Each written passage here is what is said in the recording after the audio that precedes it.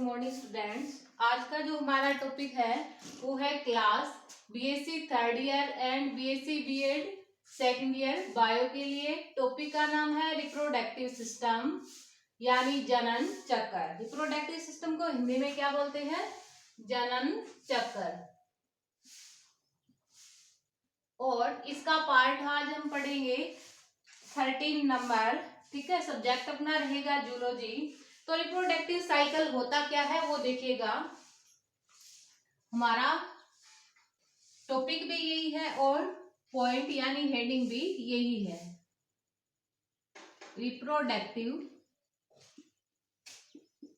Reproductive system यानी जनन चक्र। तो देखिएगा रिप्रोडक्टिव सिस्टम क्या होता है कि रिप्रोडक्टिव सिस्टम नहीं, रिप्रोडक्टिव साइकिल। अब देखिएगा रिप्रोडक्टिव साइकिल क्या होता है। जितनी भी स्तनधारी जो फीमेल होती है उसके जनन अंगों में जो चक्रीय परिवर्तन होते हैं उसको रिप्रोडक्टिव साइकिल यानी जनन चक्र कहा जाता है। अब देखिएगा जो रिप्रोडक्टिव साइकिल जिन फीमेल के अंदर पाया जाता है ये वर्ष भर क्या करती है? रिप्रोडक्शन करती है। और इसके अलावा ये रिप्रोडक्टिव साइकिल ओनली स्तनधारी माताओं के अंदर ही पाया जाता है। ठीक है, तो आप इसकी डेफिनेशन किस प्रकार लिखोगे कि स्तनधारी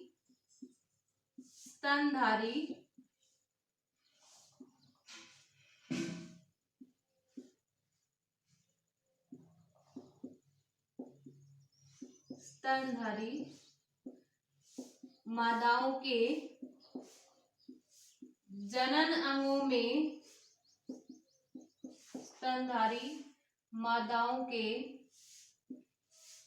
अंगों में होने वाले चक्रीय परिवर्तनों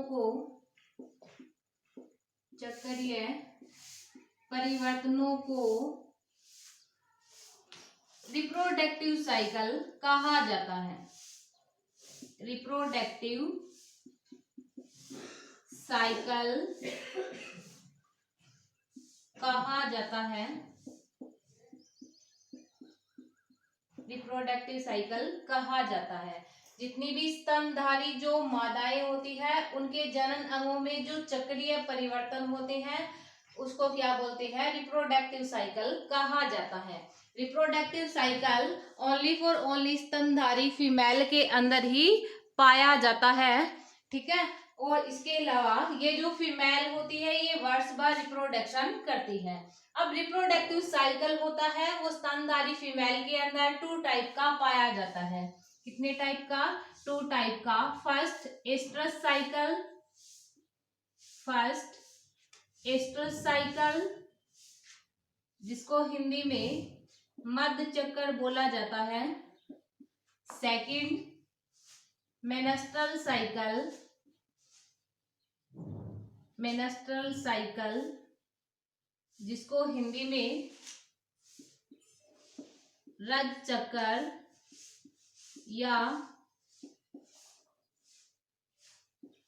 आवर्तव चक्र या मासिक धर्म बोला जाता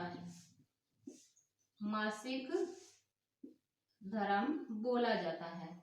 तो जितनी भी स्तनधारी जो फीमेल होती है उसके अंदर 2 प्रकार की रिप्रोडक्टिव साइकिल पाई जाती हैं। फर्स्ट एस्ट्रस साइकिल जिसको हिंदी में मध्य चक्र बोला जाता है।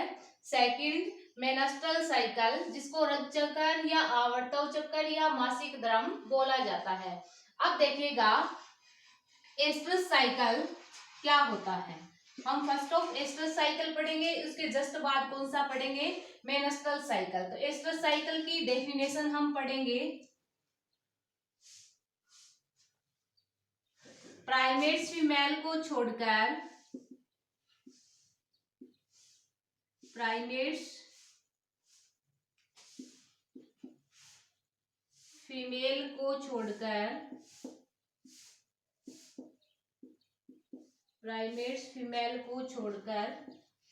अन्य अन्य स्तनधारी मादाओं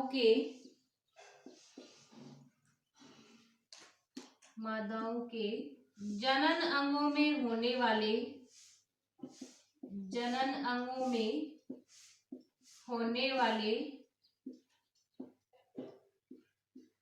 वाले चक्रीय परिवर्तनों को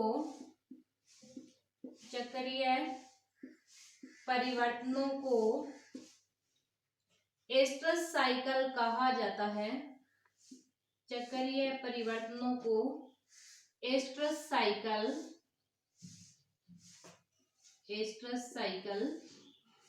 कहा जाता है। एस्ट्रस साइकिल कहा जाता है। तो एस्ट्रस साइकिल की डेफिनेशन आप लोग इस प्रकार लिखोगे कि जितनी भी प्राइमेट फीमेल होती है उसको छोड़ करके अन्य जितनी भी स्तनधारी जो मादाएं यानी जो फीमेल होती है उसके जनन अंगों में होने वाले चक्रीय परिवर्तनों को एस्ट्रस साइकिल कहा जाता है। For example non primate female का फॉर एग्जाम्पल गाय, भैंस और बकरी। ठीक है, ये सारी की सारी कौन सी है? Non primates. ठीक है, अब देखिएगा एस्ट्रस साइकिल की डेफिनेशन आप लोगों को पता चल गई। और ये देखिएगा कि एस्ट्रस साइकिल जिसके अंदर जो नॉन प्राइमेट फीमेल होती है उसके अंदर एस्ट्रस साइकिल पाया जाता है। इस साइकिल के दौरान ब्लड का सिक्रेशन नहीं होता। किसका सिक्रेशन नहीं होता? ब्लड का सिक्रेशन नहीं होता। और ये जो फीमेल होती है ये ऋतु प्रजनक होती है। क्या होती है? फीमेल ऋतु प्रजनक होती है। और इसके अलावा इन फीमेल्स के अंदर हीट पीरियड पाया जाता है। कौन सा पीरियड?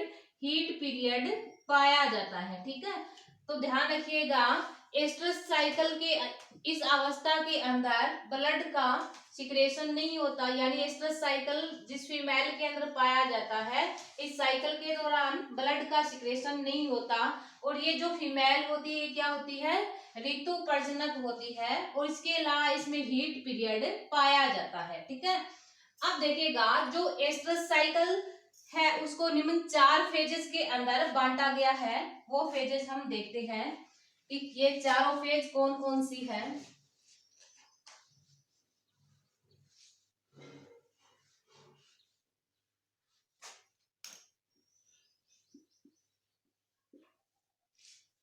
एस्ट्रस साइकिल को कितनी फेज में बांटते हैं? 4 फेज में। First proestrus phase, second estrus phase, third मेटाएस्ट्रस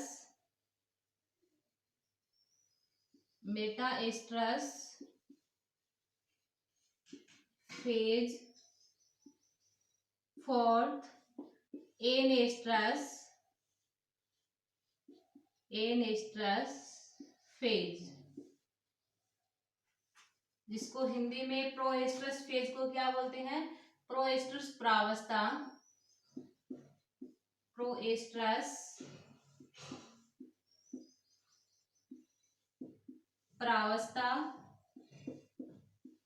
second estrus phase को क्या बोलते हैं?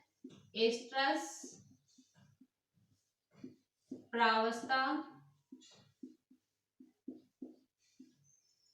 थर्ड मेटाएस्ट्रस को क्या बोलते हैं?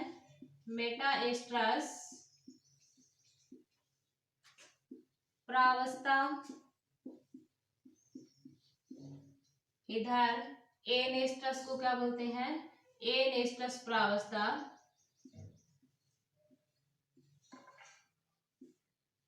एनेस्ट्रस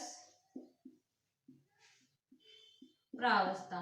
तो इस प्रकार एस्ट्रस साइकिल को निम्न 4 फेजेस के अंदर बांटा गया है। फर्स्ट रहेगी प्रोएस्ट्रस फेज, जिसको हिंदी में प्रोएस्ट्रस प्रावस्था बोलेंगे। सेकंड एस्ट्रस फेज जिसको हिंदी में एस्ट्रस प्रावस्था बोला जाता है, सेकंड मेटा एस्ट्रस फेज जिसको हिंदी में भी meta estrus phase meta estrus प्रावस्था कहा जाता है, और फोर्थ रहेगी एनेस्ट्रस फेज जिसको एनेस्ट्रस प्रावस्था बोलते हैं। फर्स्ट ऑफ अपन बात करेंगे किसकी, प्रोएस्ट्रस फेज की। तो प्रोएस्ट्रस फेज क्या होती है वो देखिएगा।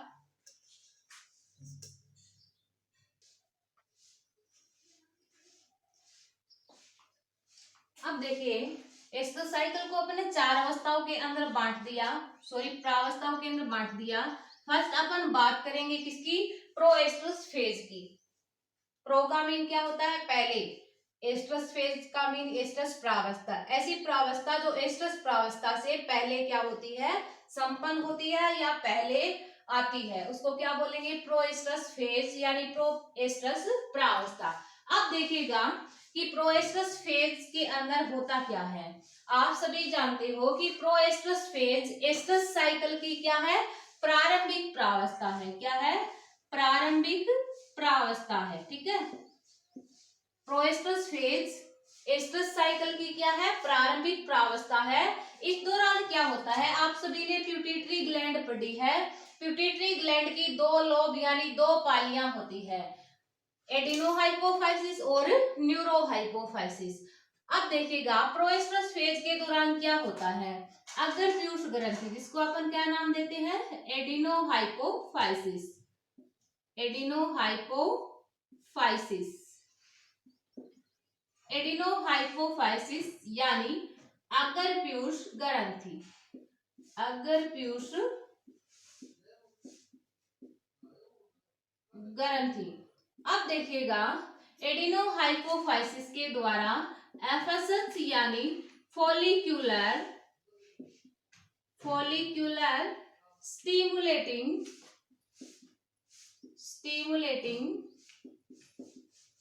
हार्मोन का क्या किया जाता है, स्त्रावण किया जाता है। एडिनोहाइपोफाइसिस के द्वारा यानी प्रोएस्ट्रस जो फेज है उस दौरान एडिनोहाइपोफाइसिस के द्वारा एफएसएच फॉलिक्यूलर स्टिमुलेटिंग हार्मोन का क्या किया जाता है, स्त्रावण किया जाता है। इस हार्मोन के ये जो हार्मोन होता है ये पुटकीय वृद्धि को प्रेरित करता है। ये हार्मोन किसको प्रेरित करता है, पुटकीय वृद्धि को प्रेरित करता है। आप सभी जानते हो कि इस पुटक के अंदर कौन सी गुहा पाई जाती है, एंट्रम नामक गुहा पाई जाती है। इस एंट्रम नामक गुहा के अंदर जो लिक्विड भरा रहता है यानी जो तरल पदार्थ या तरल द्रव भरा रहता है उसके अंदर एस्ट्रोजन हार्मोन की मात्रा पाई जाती है। कौन से हार्मोन की मात्रा पाई जाती है, एस्ट्रोजन हार्मोन की मात्रा पाई जाती है। इस एस्ट्रोजन हार्मोन के प्रभाव के कारण जो गर्भाशय और जो वेजाइना होते हैं वो क्या हो जाती है, संकुचित हो जाती है। इस हार्मोन के इफेक्ट के कारण इस फॉलिकल यानी पुटक के अंदर उपस्थित एस्ट्रोजन हार्मोन के कारण गर्भाशय प्लस वेजाइना जो होते हैं वो क्या हो जाते हैं, संकुचित हो जाते हैं। अब देखिएगा जैसे ही गर्भाशय और वेजाइना संकुचित होंगे वैसे ही इनके द्वारा जैसे ही संकुचित होंगे वैसे ही एक सफेद द्रव का स्त्राव होता है जिसे सैगविन्स कहा जाता है। क्या बोलते हैं इसको, सैगविन्स कहा जाता है। सफेद द्रव का जो स्त्राव होता है उसको क्या बोलते हैं, सैगविन्स कहा जाता है। अब देखिएगा एस्ट्रोजन हार्मोन के प्रभाव के कारण मैंने क्या बताया था कि वेजाइना और यूट्रियस संकुचित हो जाते हैं, साथ ही एक स्वच्छ सफेद व्हाइट कलर के द्रव का स्त्राव होता है जिसे सैगविन्स कहा जाता है। इसी के साथ वेजाइना की जो उपकला कोशिकाएं होती है वो क्या हो जाती है, मोटी हो जाती है। जैसे ही वेजाइना की उपकला कोशिकाएं जो मोटी होगी तो मैथुन की क्रिया यानी कोपुलेशन की क्रिया संपन्न नहीं हो पाती। ठीक है, वेजाइना की उपकला कोशिकाएं मोटी होने के कारण मैथुन यानी कोपुलेशन की क्रिया संपन्न नहीं हो पाती। ये सारे के सारे चेंजेस किसके अंदर संपन्न होते हैं, प्रोएस्ट्रस फेज के अंदर। प्रोएस्ट्रस फेज है किसकी, एस्ट्रस साइकिल की जो प्रारंभिक प्रावस्था है उसको क्या बोला था, प्रोएस्ट्रस फेज। और ये सारे के सारे चेंजेस इसी प्रावस्था के अंदर संपन्न होते हैं। सेकंड हम बात करते हैं एस्ट्रस फेज की। तो अब देखिएगा जो फॉलिकल बना है वो कभी ना कभी तो क्या होगा, परिपक्व यानी मेच्योर होगा। तो एस्ट्रस फेज के अंदर होता क्या है वो देखिए कि इस दौरान जो ग्राफियन फॉलिकल होता है यानी परिपक्व फॉलिकल को अपन क्या नाम देते हैं, ग्राफियन फॉलिकल। परिपक्व फॉलिकल को क्या नाम देते हैं, ग्राफियन फॉलिकल। आप सभी जानते हो कि जो चीज बनी है वो मेच्योर होगी और क्या होगी, डिस्ट्रॉय भी होगी यानी टूटेगी भी। तो इसी प्रकार सेम कंडीशन ग्राफियन फॉलिकल्स के साथ भी लागू होगी, यानी एक बार फॉलिकल बना है तो वो एक निश्चित समय के बाद परिपक्व होगा और निश्चित टाइम के बाद वो क्या होगा, रैप्चर होगा। तो देखिएगा कि जो फॉलिकल बने हैं वो कुछ टाइम बाद क्या होंगे, परिपक्व होंगे और परिपक्व फॉलिकल्स को क्या नाम देते हैं, ग्राफियन फॉलिकल। अब देखिएगा एस्ट्रस फेज के अंदर होगा क्या कि जैसे ही ग्राफियन फॉलिकल अपनी अंतिम स्टेज के अंदर क्या करता है, प्रवेश करता है। तो जैसे ही ग्राफियन फॉलिकल अपनी अंतिम स्टेज के अंदर प्रवेश करता है, एडिनोहाइपोफाइसिस यानी अगर पीयूष ग्रंथि के द्वारा स्रावित होने वाले एलएच हार्मोन के स्रावण की सांद्रता पहले की तुलना में 6 से 20 गुना बढ़ जाती है। ध्यान रखिएगा कि जैसे ही ग्राफियन फॉलिकल अपनी अंतिम स्टेज में पहुंचेगा वैसे ही एडिनोहाइपोफाइसिस यानी अगर पीयूष ग्रंथि के द्वारा स्रावित होने वाले एलएच हार्मोन के स्रावण की सांद्रता पहले की तुलना में 6 से 20 गुना बढ़ जाती है। इस कारण ग्राफियन फॉलिकल होता है वो क्या हो जाता है, रैप्चर हो जाता है यानी फट जाता है। जैसे ही ग्राफियन फॉलिकल फटेगा तो सेकेंडरी oocyte जो होगी वो फेलोपियन ट्यूब की तरफ चली जाती है। सेकेंडरी oocyte किसकी तरफ चली जाती है, फेलोपियन ट्यूब की तरफ चली जाती है। इस घटना को अपन क्या बोलते हैं, ओवल्यूशन यानी एंडोसर्ग बोलते हैं। इस घटना को क्या बोलते हैं, ओवल्यूशन यानी एंडोसर्ग कहा जाता है। अब देखिएगा कि यदि फर्टिलाइजेशन हो जाएगा तो एस्ट्रस साइकिल होता है वो एस्ट्रस फेज के अंदर ही रुक जाता है, और यदि फर्टिलाइजेशन नहीं हो पाता तो एस्ट्रस साइकिल होता है वो अगली फेज मेटा एस्ट्रस के अंदर क्या कर जाता है, प्रवेश कर जाता है। अब देखिएगा ये जो चेंजेस होते हैं ग्राफियन फॉलिकल के परिपक्व होने से लेकर रैप्चर और ओवल्यूशन तक, ये सारे के सारे चेंजेस किस दौरान होते हैं, एस्ट्रस फेज के दौरान होते हैं। थर्ड एस्ट्रस साइकिल की जो फेज है वो कौन सी रहेगी, मेटा एस्ट्रस। तो मेटा एस्ट्रस फेज के अंदर क्या होगा वो देखते हैं। मेटा एस्ट्रस फेज के अंदर होता क्या है वो अपन को देखना है। तो देखिएगा आप सभी जानते हो कि जैसे ही ग्राफियन फॉलिकल रैप्चर हुआ, ग्राफियन फॉलिकल रैप्चर हुआ तो सेकेंडरी oocyte किसकी तरफ चली जाती है, फेलोपियन ट्यूब की तरफ चली जाती है। इस घटना को अपन क्या बोलते हैं, ओवल्यूशन। अब देखिएगा शेष बचा हुआ जो ग्राफियन फॉलिकल होता है उसके अंदर जो शेष बचा हुआ जो ग्राफियन फॉलिकल होता है उसके अंदर एक ब्लड के क्लोट के समान संरचना बनती है जिसको अपन क्या बोलते हैं, कार्पस ल्यूटियम बोलते हैं। क्या बोलते हैं, कार्पस ल्यूटियम बोलते हैं। ठीक है, कार्पस ल्यूटियम एक चक्रीय ग्रंथि है जो कि एस्ट्रोजन और प्रोजेस्टेरोन हार्मोन का क्या करती है, स्रावण करती है। अब देखिएगा जैसे ग्राफियन फॉलिकल रैप्चर हुआ तो रैप्चर होने के बाद सेकेंडरी oocyte फेलोपियन ट्यूब की तरफ चली गई। उसके चले जाने के बाद ग्राफियन फॉलिकल के अंदर एक ब्लड के थक्के के समान संरचना का क्या हुआ, निर्माण।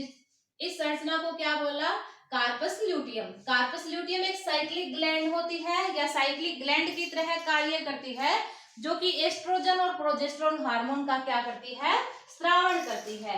ये दोनों ही हार्मोन इस कार्पस ल्यूटियम को बनाए रखने का क्या करते हैं, कार्य करते हैं। अब देखिएगा कि यदि फर्टिलाइजेशन हो जाएगा तो कार्पस ल्यूटियम बनी रहेगी, यदि फर्टिलाइजेशन नहीं होगा तो कार्पस ल्यूटियम निष्क्रिय हो जाएगी और एस्ट्रस साइकिल अगली प्रावस्था एन एस्ट्रस के अंदर क्या कर जाता है, प्रवेश कर जाता है। अब देखिएगा एन एस्ट्रस एस्ट्रस साइकिल की क्या है, लास्ट फेज यानी अंतिम प्रावस्था। जो मोनोएस्ट्रस जंतु होते हैं, मोनोएस्ट्रस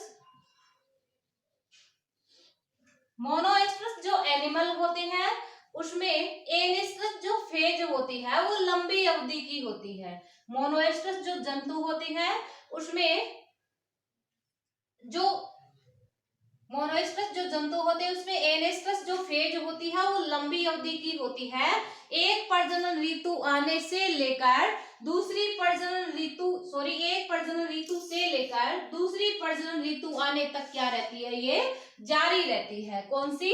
एनेस्ट्रस फेज। और इस दौरान जो कार्पस ल्यूटियम बनी थी मेटास्ट्रस के अंदर वो क्या हो जाती है, निष्क्रिय हो जाती है। निष्क्रिय होने के कारण एस्ट्रोजन प्रोजेस्टेरोन की मात्रा कम हो जाती है और एस्ट्रोजन प्रोजेस्टेरोन हार्मोन की मात्रा कम होने के कारण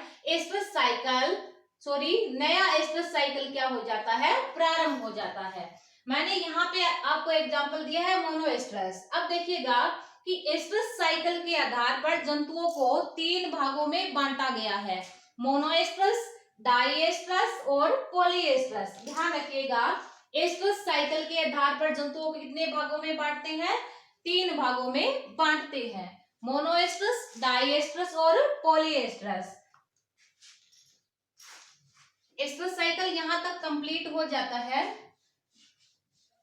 मैंने आपको एग्जांपल मोनोएस्ट्रस का बताया है, उस एग्जांपल के बारे में भी आपको जानना जरूरी है। एस्ट्रस साइकिल के आधार पर या एस्ट्रस चक्कर के आधार पर जंतुओं को 3 भागों में बांटते हैं। फर्स्ट मोनोएस्ट्रस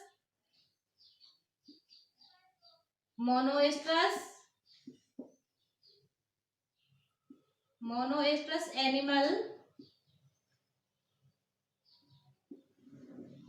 मोनोएस्ट्रस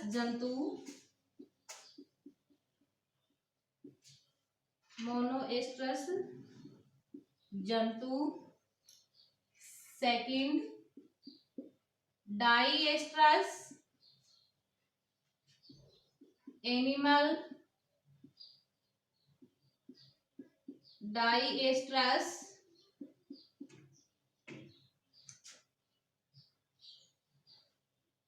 मोनोएस्ट्रस एनिमल यानी एक मदकारी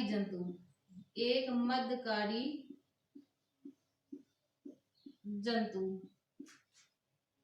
डाइएस्ट्रस एनिमल यानी द्विमदकारी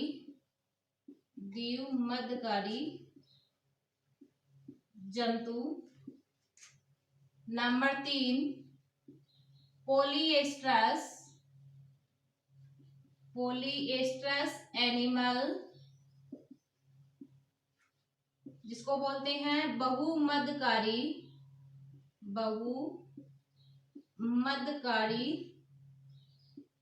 जंतु। अब देखिएगा, एस्ट्रस साइकिल के आधार पर जंतुओं को 3 भागों में बांटा गया है। फर्स्ट मोनोएस्ट्रस एनिमल यानी एक मदकारी जंतु, सेकंड डाइएस्ट्रस यानी द्विमदकारी जंतु, थर्ड पॉलीएस्ट्रस एनिमल यानी बहुमदकारी जंतु। अब देखिएगा, मोनोएस्ट्रस एनिमल यानी एक मदकारी जंतु क्या होते हैं? ऐसे जंतु जिनकी एक प्रजनन ऋतु के दौरान केवल एक ही मध्य चक्र पाया जाता है। फिर से सुनिएगा, ऐसे जंतु जिनमें एक प्रजनन ऋतु के दौरान केवल एक ही एस्ट्रस चक्र पाया जाता है, क्या कहलाते हैं? मोनोएस्ट्रस एनिमल कहलाते हैं, यानी एक मध्यकारी जंतु कहलाते हैं। फॉर एग्जाम्पल जंगली कुत्ता, ठीक है। डाइएस्ट्रस एनिमल सेकंड कौन सा है? डाइएस्ट्रस एनिमल यानी द्विमदकारी जंतु। द्विमदकारी जंतु किसे बोलते हैं? ऐसे जंतु जिनमें एक प्रजनन ऋतु के दौरान 2 क्या पाए जाते हैं? मध्य चक्र पाए जाते हैं। ऐसे जंतु जिनमें एक प्रजनन ऋतु के दौरान क्या पाए जाते हैं? 2 मध्य चक्र पाए जाते हैं, क्या कहलाते हैं? द्विमदकारी जंतु कहलाते हैं। फॉर एग्जाम्पल बिल्ली, ठीक है। अब थर्ड देखिएगा, पॉलीएस्ट्रस एनिमल यानी बहुमदकारी जंतु। बहुमदकारी जंतु कौन से होते हैं? ऐसे जंतु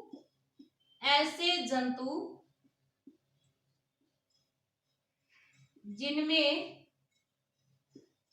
ऐसे जंतु जिनमें एक प्रजनन ऋतु के दौरान एक प्रजनन ऋतु के दौरान एक प्रजनन ऋतु के दौरान दो से अधिक मध्य चक्कर पाए जाते हैं। दो से अधिक मध्य चक्कर पाए जाते हैं क्या कहलाते हैं? पॉलीएस्ट्रस एनिमल कहलाते हैं। ऐसे जंतु जिनमें एक प्रजनन ऋतु के दौरान दो से अधिक मध्य चक्कर पाए जाते हैं पॉलीएस्ट्रस एनिमल यानी बहुमध्यकारी जंतु कहलाते हैं। फॉर एग्जाम्पल चूहा।